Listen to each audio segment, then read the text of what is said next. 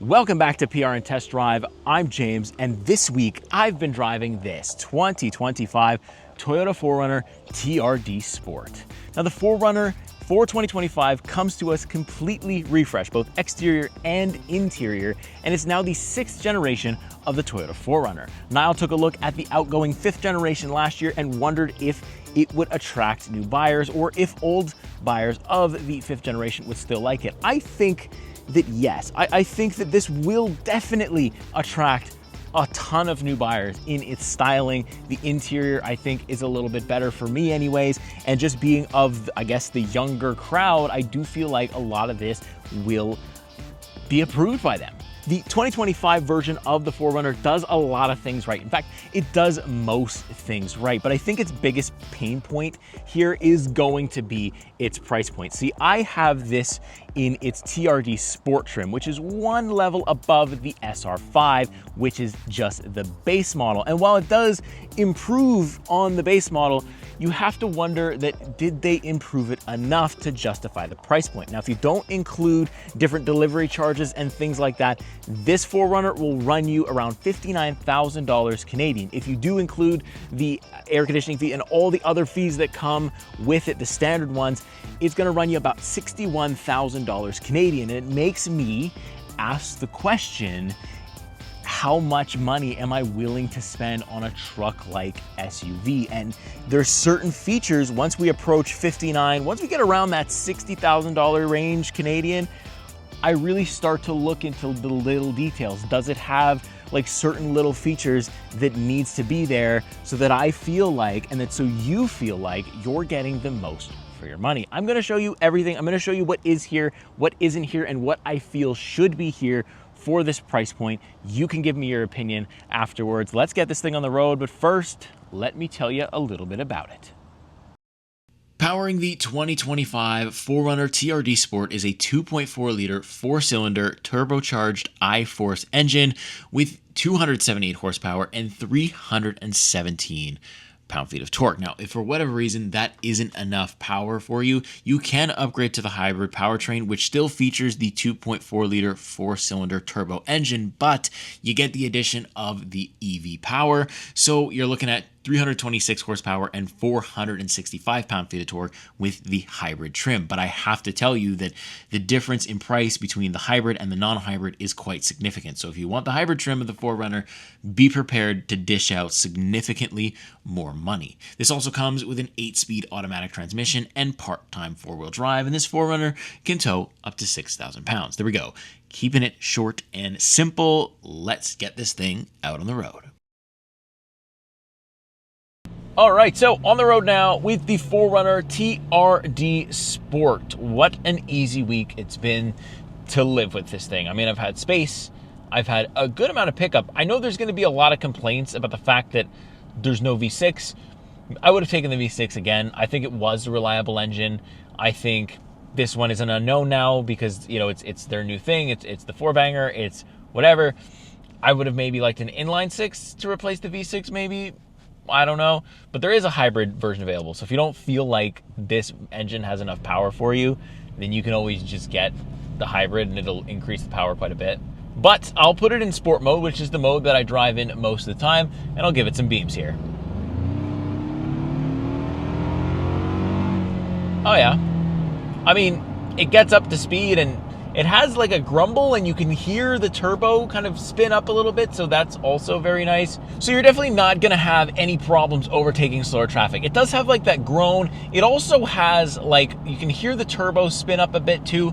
Sounds really good. Sounds like a truck as well. Sounds like I'm driving something heavy with a little bit more meat on it. And I do tend to enjoy that. So honestly, for me, the pickup here isn't terrible. I would have obviously liked a louder engine, louder exhaust.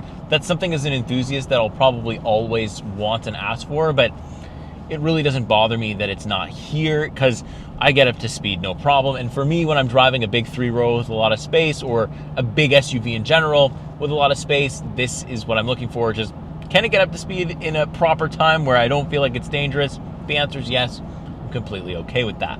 Now, in terms of handling, in sport mode, it's pretty good. In sport mode is the drive mode that I drive in the most. There's a normal and there's also an eco mode. but Sport One is the one that I go in. I like the way the throttle and the brake response feels. I also like the pickup. It's a little bit more like, it's got a little bit more get up and go to it than just in normal or eco. I don't feel like I'm burning that much gas being in sport mode either. I think it does a good job at regulating itself. It's pretty good. In terms of handling, obviously this isn't something you're going to take to the track. Obviously there's a lot of body roll to it. But again, it's not something that in an SUV of this class and of this caliber, you don't really care about body roll. You don't really care about darting in and out of parking lots or off-roadness. I think it can handle the trails just as well as it can handle the road, but I feel like this version is better suited for the road, for the long road trips. Ton of space, pack the family in here, pack the luggage in here, and let's go. And I feel like it's really comfortable for that. Ride quality is pretty decent. There are times though when, I hit a big, massive Quebec pothole. You only know what that is if you actually live in Quebec, but think of the worst pothole you could think of. I have like a street of just that the whole way. And so if I drive on said street, it gets pretty brutal in here. There's quite a bit of bouncing around for me. I do feel like there's a lot of reverberations through the body. I think I feel it a lot more than maybe I'd want to for a vehicle of this size. And again, it kind of speaks to one of those things where it's like, okay, well, if I went up to the TRD Premium, well, then I would get, the Bilstein shocks. And that really, really changes things. I think that would improve ride quality quite a bit. We have time for one more rip.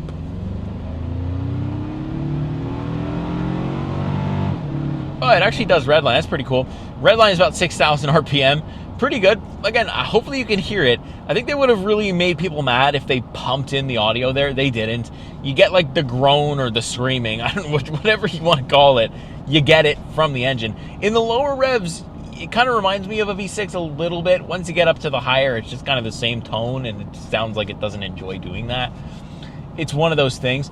I don't hate it, and nor do I think that, the price point, I think it's fine. I think 60 grand and this kind of engine is fine because it's kind of across the board unless you go with the hybrid trims. So overall, ride quality is all right for daily driving, although when you do hit a bunch of potholes, you can kind of start to feel it a little bit. It's a little bouncy. It's another one of those reasons why I keep recommending just to maybe spend a little bit more money and go up to that premium trim. But let's talk about the interior. So starting off with the back seat. The back seat has enough room, but I was expecting more. I was expecting it to have like, I don't know, because there's so much trunk space, I feel like they could have moved the back seat, but then again, it's like you can option this in the third row, so they kind of keep things the same. So it's a little bit less space than I thought, but definitely enough for my family needs.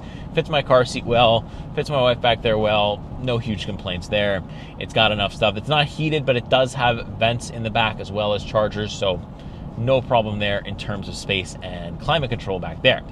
Coming up to the front, you got I like the blue accents. I've got it on the door and I've got it on the dash. Kind of splits it up. I feel like Toyota had to do that because if not, it would have just been straight up black plastic throughout the whole thing and it would have looked really bad. So it's a good thing that they put in this blue. It does split it up, gives it some personality.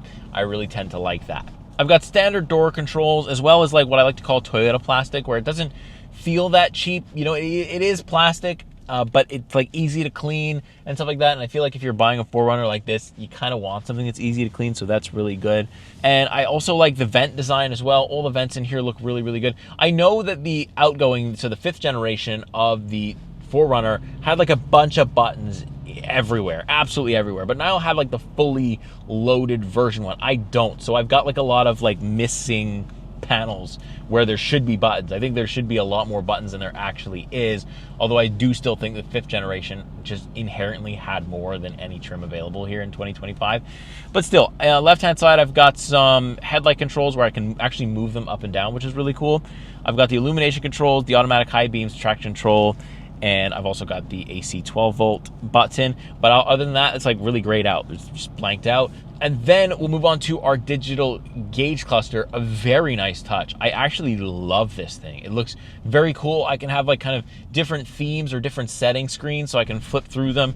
Say I'm off-roading, I can flip the gauge cluster. I can choose what's in the middle and the left and right gauges, so it's very customizable. And like I said, you have 3 different kind of profiles that you can on the fly switch to, which I think is really cool. It kind of does a cool animation when you switch your drive modes too. I like that. It's very snappy, very responsive. No issue there either. I like the steering wheel as well. Physical controls for the cruise control stuff. Got adaptive cruise control here, and it's got the lane keep assist and everything, so pretty good there. That's why I say this is a very good spec for just straight up road trips and driving long hauls. And then of course for the media controls on the left hand side, I've also got physical controls, and you can control your gauge cluster with, again, physical controls. Very good. I love that. Very nice. The steering wheel has like leather wraps on the side. Very decent. The size is good too. I don't mind that there's plastic here. I don't have any complaints there. I like the feel. No problem. It actually looks better than, again, the 5th generation one, so that's good. It's an improvement, and that's what you want to see there. I like the red TRD kind of start-stop button. Very nice. And then we get on to our infotainment display. It's a very simple infotainment display. You still get your built-in navigation, but you have your wireless Apple CarPlay, wireless Android Auto as well. All that's very good. It's very easy to use. There's nothing hidden in settings. There's nothing complicated about it. It's straight up. You just turn it on and you drive, and you relatively know how to use everything in terms of infotainment display.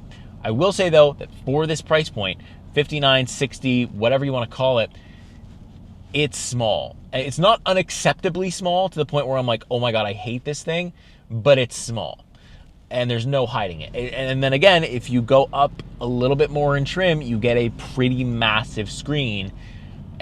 Not everybody's gonna want a screen, I get it. But for that amount of money, it should just be here. It should just be here. It's just one of those things. I'd just like to see it in here. But other than that, the infotainment side, if you don't care about screen size, really, really good. Then I've also got single zone climate control. I think a lot of people will complain that it's not dual. I think it's okay. At least it's automatic. That's fine for me. It does the job. It's been quite hot here in Quebec this week. So yeah, it's done the job, no problem. I have heated steering and heated seats in the front. That's good too, especially in the winters. It's very hard here in Canada. You want to have that. So in this trim level, very good to see that. I'm happy it's there. I'm happy they didn't take one or the other out. We don't get ventilation. That's okay. Again, like I said, not the most important thing. But I like that there's physical controls. Big, rugged knobs for everything, right? And it's all of it's laid out very nice. I know how to use it. I don't have to rely on the infotainment display, so that's very good. I've got a wireless charging pad as well as 2 USB-C ports. The wireless charging pad keeps the phone in very, very nicely as well. No issue there either. I've also got the transfer case so I can change my drive modes here, as well as put on the tow and haul mode, and then change. I have the automatic transfer case to change it from 2 high or 4 high or 4 low. So you can change your all-wheel drive settings when you want. Usually I'm driving around this week though in 2 high. I don't have anywhere to off-road it in. So I also have this very nice knob to switch through the drive modes. Also, I can enable my tow and haul mode. And I have the little transfer case thing where I can transfer it from 2 high, 4 high, or 4 low. So you can customize your 4-wheel drive system. I've got an electronic parking brake, and I've also got a very big shifter. It feels very mechanical. It's obviously an automatic, but it feels very mechanical when I shift it into reverse and drive. Like, it feels like I'm doing something, and I like that a lot. I also like the little TRD badge. Again, here on the on the center console, I don't have any buttons. There would be buttons. They're kind of fake. They're just there, and they're blanked out. I don't like the look of it, but I get it. They're not going to enable everything on the second level trim. 2 sets of cup holders. I've also got like a, it's a hard armrest. I mean, it's comfortable enough where it's like, oh my God, I'm not uncomfortable, but you know, doesn't have a lot of padding to it. A little bit of storage underneath this. Passenger seat's the same thing. And then when it comes to the seat comfort, the cloth seats are good. I love the two-tone. Very, very nice touch. Makes it less boring of an interior, so I do like it. The only complaint I have is that both passenger and driver seat are manually operated. For this price point, once again, it's just one of those things that should have been included. It should just be here, at least for the driver. I mean, sometimes you see manufacturers, they put it just for the driver and then the passenger's manual. That's fine, but at least give it to the driver if you're charging this amount of money. It's just one of those little features that just should be here by default. Overall though, I'm happy with the interior. It's functional. I think it's easy to clean if you have kids and stuff like that. The cloth seats are comfortable. It looks good. It doesn't look that boring, and it looks rugged. It looks about the same as it does on the outside. I just wish those little things were there. I don't want to be that hater and say like, oh, don't buy this because, you know, it doesn't have enough stuff. I just don't think a lot of people will, because it just doesn't offer enough to justify its kind of high price point. But if you don't care about tech or, you know, power operated seats, and you've got the budget, or you're getting this in a deal, you might be happy with what matter of fact, you will be happy with what you get, because this is still a solid platform and a very solid vehicle. All right, so next I want to quickly talk about the exterior design. And I say quickly because there's not much to complain about. I mean, I really enjoyed the looks of this. I like the ruggedness of it. I like the tire size as well. I heard a couple of complaints that the tire size of the TRD Sport trim was too small. I don't feel like that. I feel like the TRD Sport is a truck-like SUV that's more meant for the road. It's more meant for people who are going to be taking it on the road, but they want like the rugged design. They want the ability to be able to go off-road, and they want a vehicle that can handle that should they ever need to do it. And I think this fits that mold very, very well versus some of the more off-road oriented trims that have, you know, the bigger tires, the better suspension. I think if you go up a little bit in price, you'll get the Bilstein stuff. So like, you know, you'll get the different shock absorbers and the equipment to actually go off-road. This one has some of it, but not all of it. And it's more just like a road warrior to me. And that's completely fine, because a lot of these are just on the road normally. I love the new front end. I love like the beefiness. It feels like, you know, the 4Runner went to the gym a little bit more, and they got a little bit beefy, you know, and I like that. I love this front scoop here. There's no more V6, so I guess you can make the argument that, well, you don't really need that front. I'm all here for the show. Leave the front scoop. Looks really, really good. Now you can option a front-facing camera, obviously, if you pay a little bit more money. I do have it, but it's like blacked out. Kind of looks weird when you get close to it. Don't really enjoy that, but it's fine. I like the daytime running LEDs here as well. I just like the big beef front end. I like the little step here on the side profile as well. It's still keyless entry. It's still, you know, everything's, you don't have like a physical key or anything like that. We are not that low in price. So again, for that price point of, you know, $59,000, $60,000, that stuff is all good to see. Design-wise, I really don't have too many issues. I like the little TRD Sport badge in the back. You know, I'm a badge guy. I like them everywhere. And I like people to know that, look, I didn't buy the cheapest one. I've got, you know, the TRD Sport. Looks very, very good. Now, let's take a look quickly at the back, because there is something missing there. All right, so back of the 4Runner, very, very good looking. Again, we still have the rugged look here. Still got this really nice Toyota badge. Again, this big 4Runner badge, this really nice rugged look. Of course, we've got a place to install the tow hitch. 6,000 pounds this thing can tow, so very good. I like the tail lights. There's a rear wiper here, but you wouldn't know it because it's where it should be, tucked up right underneath this kind of like spoiler here in the back. Very, very good news. And of course, we have the iconic window that rolls up and rolls down. I hope they never take this away, because it's just straight up awesome. And I actually use it because, you know, sometimes I got my daughter in my hands, my hands are full, so I just hold this button and I can just chuck stuff in. Because here's the issue that I have out here in the back, is that I've got a trunk, a massive trunk, but it's manual. And for $59,000 to $60,000, whatever it is, even $58,000, even $57,000, this is heavy. This is a big truck. This is a big SUV. It should be automatic, at the bare minimum automatic. I mean, I shouldn't have to use that kind of force. Some people won't mind that, but for me, when I look at the value, I need it to be automatic. It's just something that needs to be included. I shouldn't have to spend like a couple extra $1,000 just to have an automatic tailgate in a big vehicle like this. So that's one of the things that I think is missing for the value. But what you do get is a massive trunk space, and also this really nice cargo net. Very cool. You can option it as a third row. Again, gonna have to spend more money to do that, but I don't think I ever would, because I could fit absolutely everything in here. I mean, I could fit stroller, I could fit car seat, I could fit extra things on top of it. It's not something, this is definitely not a trunk where I have to manage my space whatsoever. There is a ton of room here. You can see though that there is like cup holders sort of on the side for a third row, but absolutely don't need it. This is fantastic the way it is. But again, this should be automatic, Toyota. please make this automatic, because it's heavy. And when you have a big truck and you have a family and your hands are full, to have to like bend down and lift this thing up, and then especially to close it, the automatic makes it worth it. And I think you're spending enough money to, at bare minimum, have that feature. But overall, design-wise, Toyota absolutely nailed it for the 4Runner's design, at least in my opinion. But let me know what you think.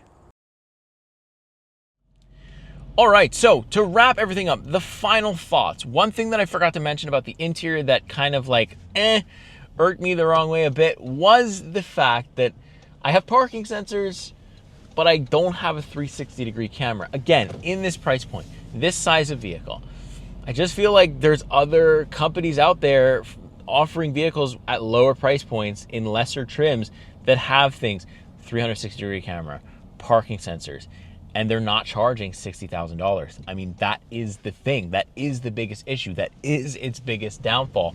I think with it, it's the price point and what you actually get for it. Because if you upgrade just a little bit to the next trim level, you get quite a bit more for your money, I think.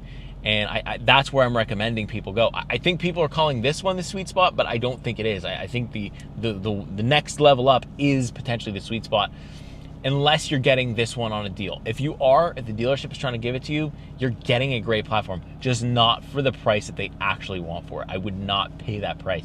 There's just not enough here to justify it. Don't get me wrong, it's an excellent SUV. Plenty of room. Drives really, really well. Can handle both on-road and off-road duties. No problem. It can tow. It looks really, really cool.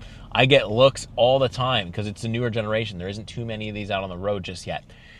I get looks all the time. I've had a couple of questions, where does that come from? I can't even get my hands on one, kind of thing. So they are selling well, which was surprised to hear that from somebody, but I don't know. I just feel like we'd see a lot more, a lot sooner if it just didn't have that high price point. But overall, it looks really, really good. I love the changes. I liked it last year too. I liked the 5th generation. Don't get me wrong. I liked all the buttons. It felt cool. It felt like a real vehicle. But if they're going to keep with the times and stuff like that, there's going to be less buttons. At least there's no touch buttons. You can't, maybe they took away your buttons, but at least there is no touch buttons. My goodness, because I'll take this amount of buttons in every single vehicle if I never have to deal with the touch buttons. So this is very good, right? Interior's changed up a little bit, but I do like it. I like the sunroof and different things like that. It's different, but in a good way. They've definitely improved on basically everything in terms of looks, interior and exterior. The functionality is probably about the same. Some people won't like that they didn't include the V6, and some people, because of that, will pick up the 5th generation still. And there is no problem, because like you saw in Niall's video, it was a great pickup to do that. It's reliable. I don't know. I have to assume that Toyota knows what they're doing with reliability. They want to keep that status as being a manufacturer that is extremely reliable, so they won't mess around. So I have to assume by their track record that this new engine, even though it's not the V6, is still going to be relatively reliable in the long run. You can probably own this thing for a long time, drive it into the ground, and it won't cost that much money to do it.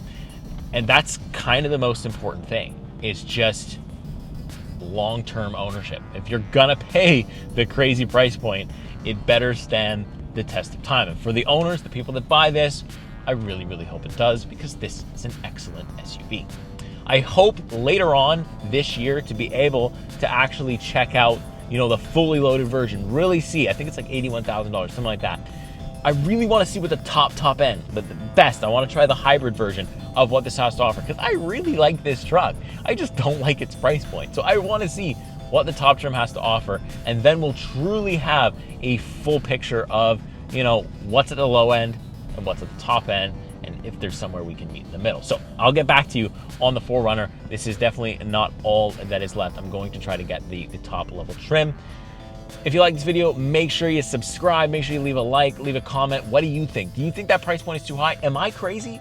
Am I crazy for thinking it's too high? Or is that just the sign of the times now, and that's just what we're at? This is a completely normal thing. I still don't feel like that's the case, but let me know if I'm completely off. I really want to hear your thoughts on this one. And let me know, you picking up the 6th generation or the 5th generation? With that being said, I'll see you in the next week. See you in the next car. Take care.